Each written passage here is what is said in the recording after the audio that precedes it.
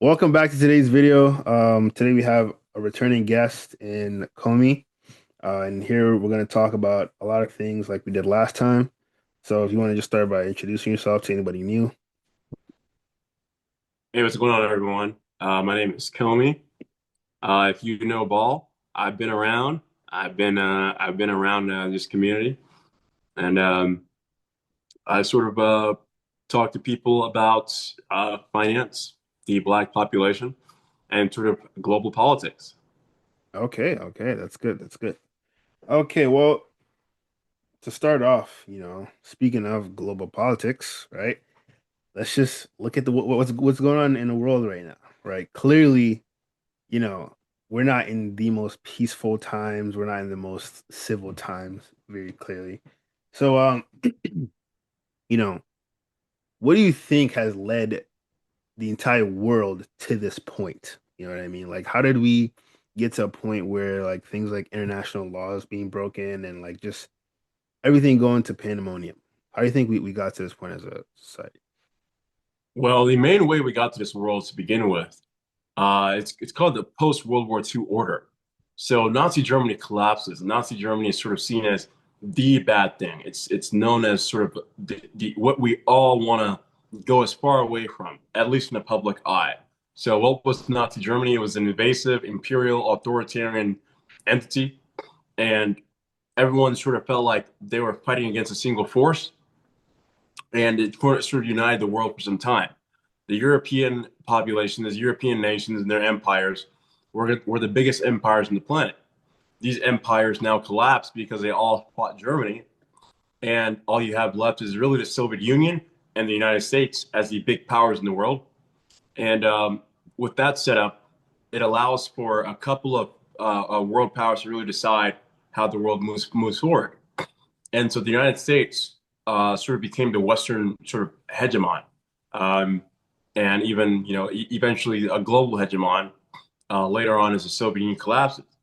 So the Soviet Union eventually collapses, and then you have the 90s and the early 2000s, and then the teens, and then you have now the 2020s. So what has happened is the United States has been sort of the sole global superpower since the Soviet collapse. And now that power is being challenged in many different domains. One is with China. China's economy is gigantic. China has a military that's very strong as well. Um, in numbers wise, I believe they have a stronger navy now. They have a great number of land troops, and they have hypersonic missiles, and so on. And then you have the United States, which is now losing jets to even the Houthis. The United States economy is in trouble. The 2008 collapse, or what they call the Wall Street event, is still affecting the population inside the United States. Um, and I think what you're just seeing is the United States is sort of a declining power, or at least is being challenged all around the world, right? From the Middle East, France being kicked out of Africa, and also China, sort of fighting for its control over the Taiwan, right, in the South China Sea. So the United States at the moment is sort of very hectic. It doesn't really care about even pretending like it's the global hegemon or obeys these laws that sort of kept everyone else in order anymore. And it's sort of just going tit for tat, going out, with any measure to try and maintain its power internally and externally. I think that's how we get ourselves to here generally. Yeah, that was a very good explanation. Obviously like when we look around today, we can see especially with the US's current acts and acts of the past, in the past 20 years or so, we can tell very clearly that international law has become a thing that you can just sort of bypass if you have enough strength, right? I think the number is about the US has dropped 40 bombs a day for the past 20 years. All, it's just things like that are kind of just coming out. Um, so with that being said, right, like with the changing world order and the fact that a lot of these superpowers in the world do not follow international law, at least as much as they did when World War II ended. What do you think uh, uh, uh, the African people sort of play a role in this? Like how can they benefit from this almost? You know what I mean? I think as the world is more and more hectic and people have fights all over the place, especially Western powers, it allows opportunity for the Black population and in Africa and elsewhere, really, to sort of make use of it. Since eyes are focused elsewhere, that would typically be focused on our continent and what we're doing, I think we can use that time to build up strength, build up defense, and ultimately gain a nuclear, chemical, biological deterrent to ensure that we can't be invaded and sort of pushed around continuously by the other powers of the world. So I think that's how we take advantage of it. It will be very hectic. It is very hectic, and it's going to continue to be very hectic. It's going to be very pushy, um, and strength will be necessary. So I believe now is the time to gain that strength. So we can also make use of the fact that China exists, Russia exists, and all these powers are also sort of united in an effort to stop the invasiveness of certain Western powers, um, and sort of side with the powers who are willing to bring forth that change. Within the United States, I think you sort of lobby as much as possible in any way. Lobbying isn't always just doing the path of, like APAC, for instance, but you can also just simply leverage your population and other means, and sort of bringing forth a more peaceful world for ourselves, in and outside the United States. So everyone should be doing that, so that again, this window of time, sort of hecticness, we can do something within it. Yeah, no, I agree. I agree. I think, like you said, power is very, very important in this sort of end game we're in, right? But speaking of power, right, it seems, throughout history, well, not history, but as of recent, I want to say in the last about 80 years or so, um, it seems like the black population, at least the ones that the popular ones that we know of, right? At this point, the only way we sort of see power is in some sort of like entertaining way, right? Like it seems almost like the black population is not interested in any like actual positions of power. You know what I mean? Which seems a little insane once you think about it. You know what I mean? Because obviously, if you have a strong black leadership that is in actual places of power and not in some like entertaining role or whatever, right? We would be in a much, much better spot, right? So, like, why do you think that black people's perception of power is always with entertainment rather than like, somebody who's like in like a position of power who can actually make things happen around, the world, I think it has to do with the idea that history has ended, and just indoctrination generally in the United States. Um, I think that the West has done this thing. So when the Cold War is happening, the West has to play this role of being the nice guy, because if it doesn't, it's gonna push everyone towards this. Everyone's gonna think these guys are annoying. They're trying to destroy all of us. We need to side with the Soviets so that we can destroy these people, right? So if you have this effort, um, what you have to do is what they did was to put a lot of people to sleep, basically, pretending like they weren't racist, pretending like they didn't want to genocide every non-white on the planet, pretend like they didn't want to sort of take over the world, basically. And they fooled a lot of people.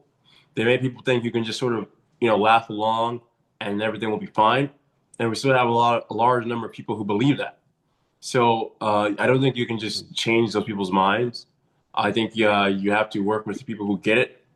As these people become more invasive, they're more open, they're more violent and rough. You are going to see more and more black men sort of like see how the world really works, understand that entertainment positions mean nothing. That in order to do anything, you need legitimate force, in strength and weaponry, and or capital or other forms of leverage. Um, and they're going to understand that because that's going to be the only choice left. As the United States, especially its current leadership, continues on in such a violent direction, you're simply going to get people whose backs are against the wall and understand that there's really no way to change things except to be strong, right? And with that, I would say this sort of slightly going off the question, but I do think there might be a controlled demolition of the United States empire. That controlled demolition is being done by powers um, that just, again, like want the U.S. to sort of go away. So while it may be a little troublesome on the inside, ultimately, I do believe it would be a positive end. I do believe that in the end, it would be a positive thing, and that we could then move forward much more easily if this did happen. Right. Because, obviously at this point in where we are, excuse me, at this point in where we are in Africa, when we look around, all we see is leaders, right? Like, corrupt leaders who are like, always shilling out and just screwing us over, right? Clearly is what I'm trying to say. And so at this point in the game, like you said, like we need people who are like actually like in actual positions of power. Now, speaking of that, the biggest power in the world at the moment is money, right? Money runs the world. So, how do we kind of go about, getting more money in the hands of like black men who think like this, and then spreading it out to like Africa because like for some a place in like Tanzania right now, right? They have a youth unemployment rate of like 60%, which increases more crime because you have a bunch of youth who don't have any jobs, just like walking around, right? They need someone to come in and like, start businesses, like a black person or a black man to come in, start businesses that can, help them out, that have sort of their best interests at heart. So like, how do you think is one way we can like go about that, Um, well, when it comes to the general population, I suppose, I mean, if in just a practical answer, I would say that it's just about creating someone being their voice for that, someone being the voice, getting in front of people, and sort of leading the effort. I think that would be it. Showing the profitability, showing sort of the return on doing things like that, and it's simply going forward. Um, so, I mean, that's really what it is. However, what you see in the United States is that this again, I think that the people who are racially minded, people who understand the sort of racial effort necessary, are limited in number. So, in order to change things, someone needs to already have the racial mindset. Uh, um, but I don't think it'd be the hardest thing to do if you had the right people together. As for moving capital within the black and male population, I would say it has to do with sort of creating a network. So something like a stock market, where you sort of have the opportunity to invest. Everyone talks about Black Wall Street. In the modern day, if you wanted to create a Black Wall Street, it wouldn't be physical. It would be something that is online and or some sort of network that allows you to connect with profitable Black businesses or Black future or Black startups that one believes in and has enough spare capital to invest in. That's how it would be done. You would need to start investment firms that particularly invested in Black businesses they saw as being profitable in the future or that were already profitable. I think that's how you would do that. So I don't see it. So that's really it. So I just think there has to be the initial person to start the conversation, initiate, and show the profitability of such an operation. Mm. See, I see. Hmm. I agree with that. Obviously, when we look at how the world has ended up to where it is today, when we look at certain populations, we can see that, money has gotten them very far, very, very, very, very far. And unfortunately, we haven't been able to capitalize on that due to, mostly due to interference and due to just ourselves at the moment, right? But, sort of pivoting off that, right? Like when we look at the United States empire today, we see a very violent empire.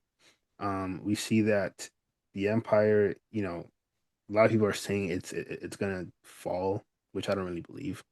I don't think it'll fall in a conventional sense, but definitely won't be the global hegemony, right? So obviously, the world is moving towards a post United States dominated world, right? Now, with that being said, you have countries like China coming in, countries like Russia finally being able to, rise up. How can we benefit? And by we, I mean the African continent.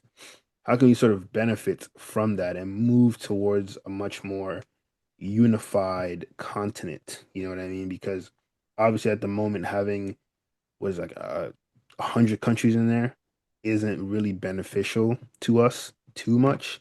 So having some sort of union where we can share wealth or anything like that, I think would be much, much more beneficial. So, what do you think? So I think I see Russia doing things now, like kicking France out of West Africa. They've been a big supporter in that. China is supporting the construction of infrastructure throughout the continent with investment and so on. Um, I think on our part, it's simply a matter, if you look back, the Soviet Union spent so much money and capital and effort making sure that the Westerners stayed out of Africa. So I think Russia and China have done plenty.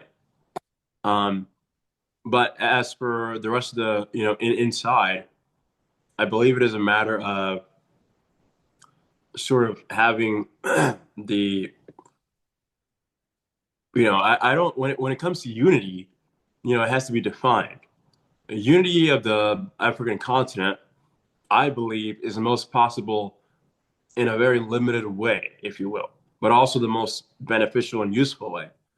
So if you look at Europeans in the past, you'll find that, before like World War II, all these like Kaisers and the British Crown, the um, the Russian Tsar, all these people were just related. The people in power were all basically related. They were one big European elite family. And I do believe something not unlike that is really what will be good for the African continent, the Black race particularly.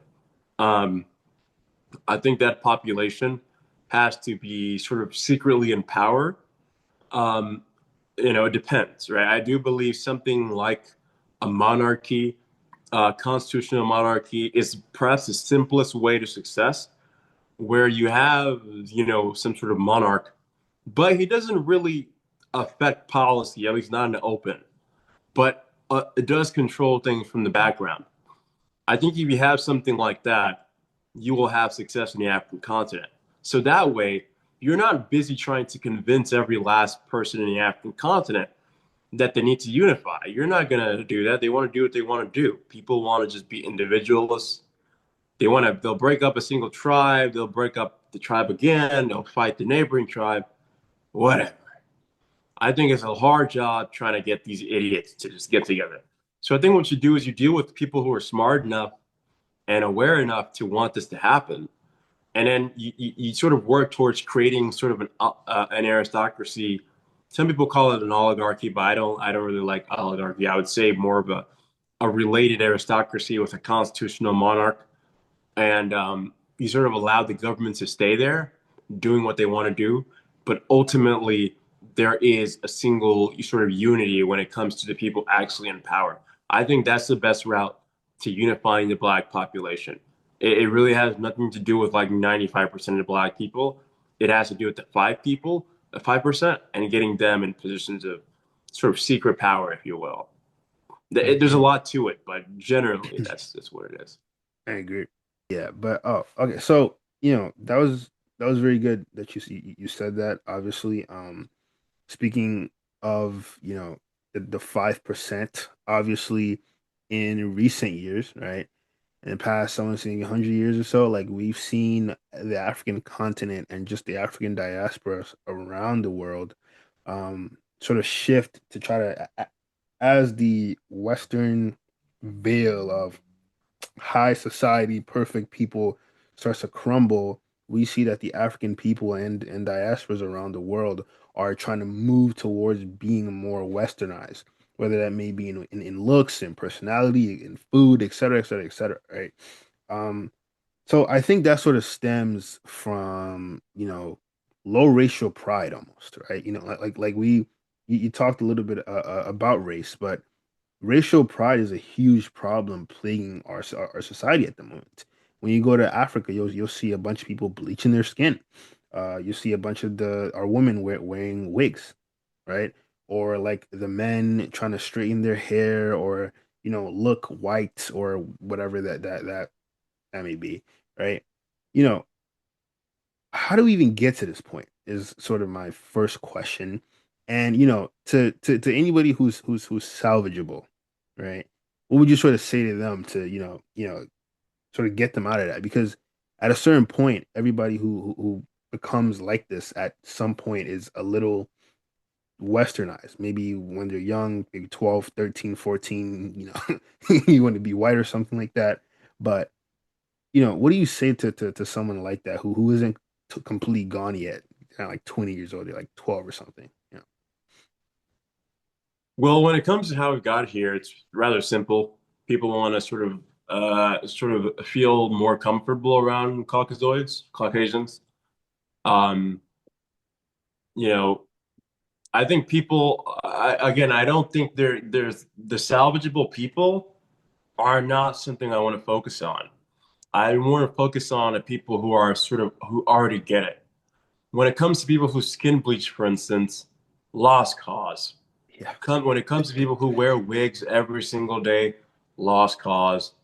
People like to, I see people online fighting these people and debating them and saying, don't bleach your skin, your hair is great, so on, and all this sort of stuff.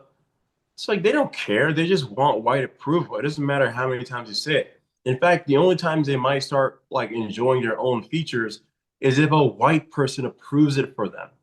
So it's like these people are just not with us anymore. They're gone. The best thing that could happen is these people just don't have any children.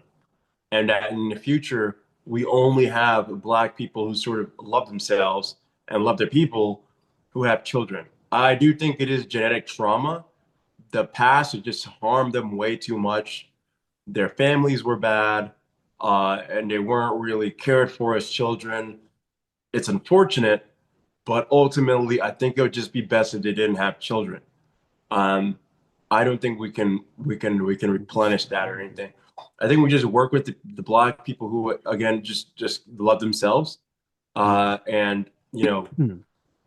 aren't aren't so terribly affected by the last couple of hundred years and the propaganda of the West, ultimately. So that's all I would say to that.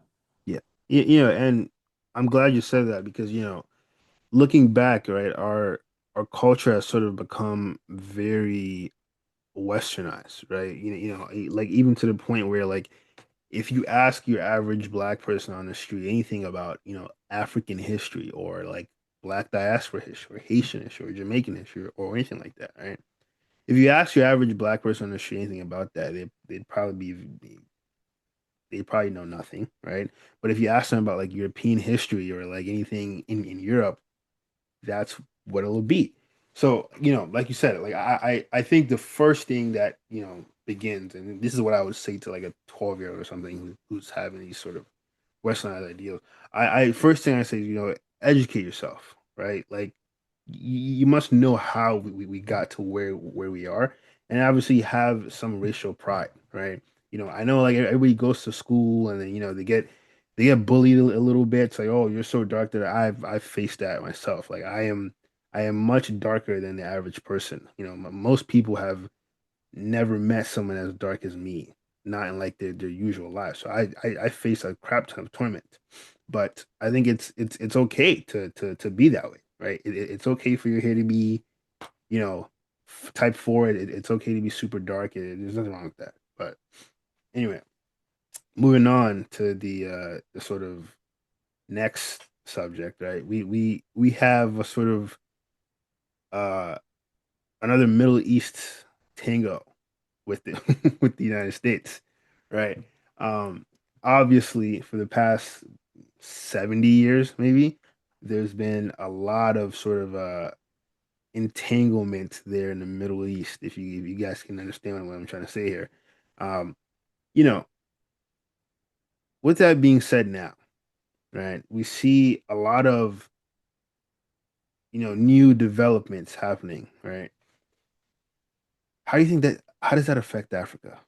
You know what I mean? Because obviously, with the strait being closed and a lot of the energy that goes to Africa flows from there, right? How does that affect Africa, right? And then also, what does the future look like? I never actually researched how much energy comes to Africa from that strait.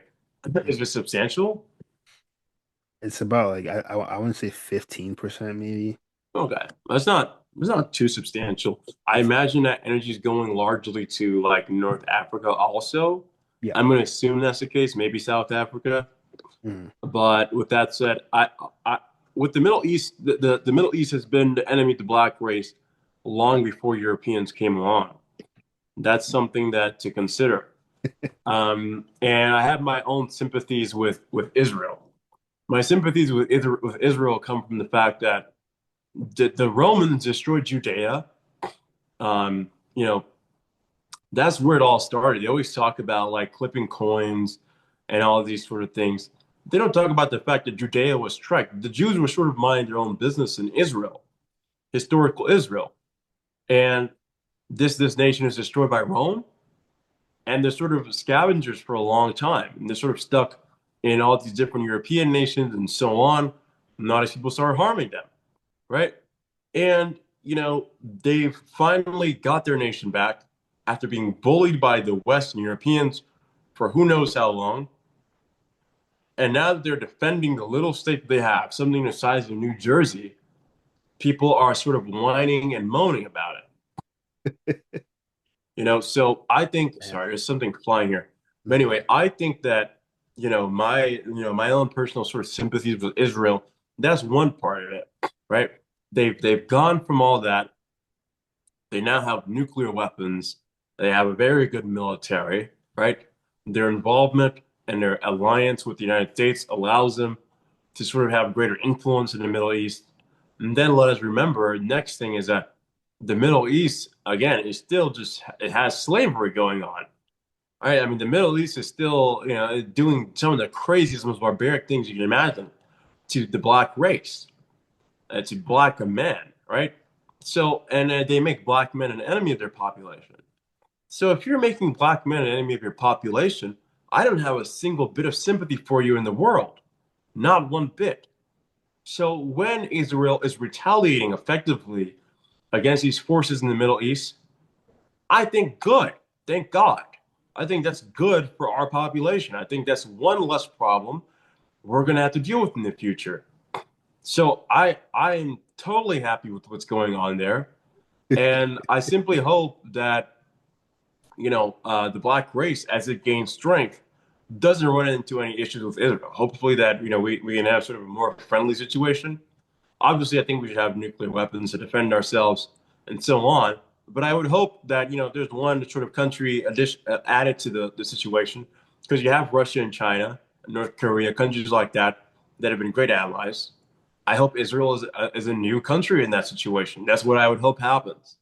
Yeah. So we just sort of have to wait and see. The U.S. is sort of turning anti-Semitic today. They are more and more aggressive towards Israel. They're talking, I mean, the anti-Semitism online is remarkable. And once again, I just think that if the West is being anti-Semitic, if they're hating these people, you have to ask yourself, if Africa was to rise after being bullied by the West for hundreds of years, would they do the same thing to us? Would they be calling us evil, terrible people for daring to defend ourselves with strength? Because everyone claims they love the underdog and that they want to help the underdog and they want to see him win until you actually win. Then they hate you. Yeah, So yeah, I think we should sympathize with Israel and see exactly what's going on and see absolutely. that almost certainly they would do the same thing to us and that they have done the same thing to us. And to have a more merciful view towards Israel than other people are. So when it comes to the Middle East, that's generally my view. Yeah. And it's I'm kind of glad you said that because when I say this to the average person, they look at me like I have two heads, right? Because, you know, like you said, Rome destroyed a relatively peaceful Israel a long time ago, right? To the point they get scavenged, their culture almost gets ruined, all the way up until World War II, where there's an actual deliberate effort to try and delete them off the face of the planet after they've been destroyed, right? They were forced into, having these banking jobs, and they just made use of what they were forced into. You know what I mean? You want to blame them for, owning banks? You put them there. You know, you know what I mean? Mm-hmm. And a lot of people complain about like their lobbying and whatnot. I mean, look who they're dealing with. If Yeah. you're dealing with, a population that can come to a brand new land and, delete people so much so that you don't even see Native Americans anymore, right? Mm-hmm. We're talking about a population that can do that in a couple, no, in like 80 years or so, delete an entire ethnic group, right? You better make damn sure you have some countermeasures, Yeah. okay? You better make sure you can hit them back if they even think of stepping out of line. So I've actually never really been on board with the whole like noticing and the online anti-Semitism because Mm-hmm. it's incredibly silly, and especially if you are a black man out there, participating in noticing in an Yeah. attempt to try to get the white people to like you, to be a part of them. That's just silly, okay? The, Because the Nazis, yeah, the far right. Yeah. yeah, exactly. The far right Nazis to try to like you. That's just silly. Because in the event that they do come to power, they're just gonna toss you aside the Yeah. moment you disagree with them. You know what I mean? So For you don't even have to disagree with them. They just want to do it because you're not white. absolutely. So Yeah. I mean it's obviously, I think Israel has done very well with the Middle East as well. They're surrounded by enemies, clearly, and these enemies are constantly trying to destroy them. But they have, they've got the script down so good that you can't, right? You can hate them all you want, but you can't touch them. Because if you do, your city will be erased off the map relatively easy. So I think what the black race can do, going forward is sort of take a page out of their book. Okay. When they were scattered across Europe, what did they do? They had alliance and allegiance only to each other. They had a Hmm. unity like never before. They wanted to, I think I forgot the exact number, but like when a dollar enters the Jewish community, it takes a very long time before it leaves. You know what I mean? They invested in each other over hundreds and hundreds of years to get to where they are right now. So I think the black race should definitely take a page out of their book if we want to have any sort of success. And like you said, I think, having them as a friend, as like a peaceful neighbor where we kind of just have trade and very good diplomatic solutions. You sort of just leave them alone. They leave us alone. Would be the best case scenario. You know what I mean? Yeah, Yeah, absolutely. yeah. Hmm. Give some closing remarks and then we'll leave. So yeah. We're gonna So cut that. Okay. yeah, I'm gonna cut that part. So with that being said, with everything that we talked about today, which is pretty good. Thank you for showing up. But Yeah, would thanks for you? having me. Yeah, yeah. But would you have anything else you want to say to anybody watching? Anywhere that someone can reach you or something like that? If anyone wants to contact me, best thing to do is probably just email me at KOMIGAGNON number eight at gmail.com. Come again, 8 at gmail.com. Okay, cool. And did you have any sort of closing remarks to anybody watching? Um, no, simply, make sure, if you find any black men who are like us, make sure to be friends, stay in contact, stay close, stay well connected, and continue on with the effort. And also just hold the views, the more extreme things to yourself. What I would recommend is keeping more extreme things very quiet, and not voicing those sort of opinions all the time. That is something that I think should be known by people like us. I agree, and to everybody watching, I share the same sentiment. You know, if you find someone who thinks like you and has sort of the same ambition and goals as you, keep in very close contact. Obviously you guys have your own lives and whatnot, but you want to keep in contact so that when the time does come where you guys want to actually make something happen, you guys can make something happen. You know what I mean? Because starting something with 10 people is a lot easier than starting it by yourself. So definitely make friends with these people and just have a good time and just live your life and enjoy. All right. All I'm right, gonna end the great. recording now. Good. Yeah.